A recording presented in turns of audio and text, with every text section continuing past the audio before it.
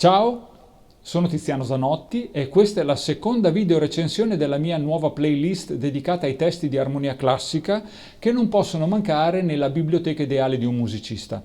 Oggi ti parlo del manuale di armonia di Dieter, non so come si pronunci, Delamotte del 1976 in lingua tedesca, pubblicato invece in Italia nel 1988 dalla Nuova Italia Editrice. La mia versione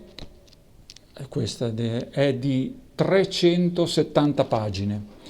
Ora la trovi invece nell'edizione dell'Astrolabio Baldini Editore, che è praticamente la stessa edizione. Il libro si apre con una lunga introduzione di Loris Azzaroni, che è il traduttore, che cerca di dare una panoramica completa del testo, solo che lo fa in modo un po' denso e affrettato, elencando rapidamente tutti gli argomenti, il che può risultare poi complicato da seguire.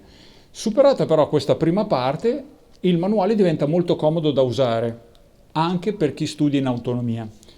La caratteristica più importante di questo testo è l'approccio storico all'armonia, cioè non tratta le regole dell'armonia come un blocco unico valido per tutto il periodo tonale, ma mostra come le regole sono cambiate e si sono evolute nei diversi periodi, da Bach fino a Schoenberg, Hindemith, Messiaen.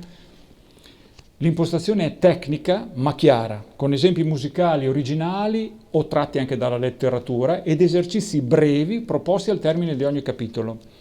C'è anche una parte dedicata all'analisi melodiche e agli esercizi di composizione, sempre pensati per essere poi suonati al pianoforte.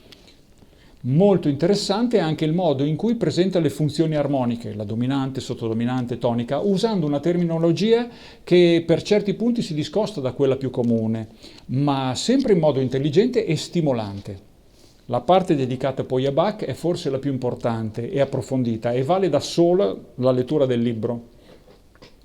È in pratica uno studio dell'armonia suddivisa per periodi storici. La cosa migliore è affiancarlo a un buon libro di storia della musica. In genere è abbastanza comodo anche per un autodidatta, purché abbia già le basi di teoria e sappia muoversi un po' al pianoforte. Se stai cercando un manuale che unisca esercizio pratico, riflessione storica e un buon livello di approfondimento, questo è sicuramente un testo da considerare. Se lo conosci già e vuoi condividere la tua esperienza con me o con gli altri musicisti che frequentano questo canale, lascia un commento. E se senti di aver bisogno di rafforzare le basi, puoi seguire il mio corso Music Plus, che è il primo corso online per potenziare le tue capacità musicali tramite il pianoforte. Trovi il link in descrizione.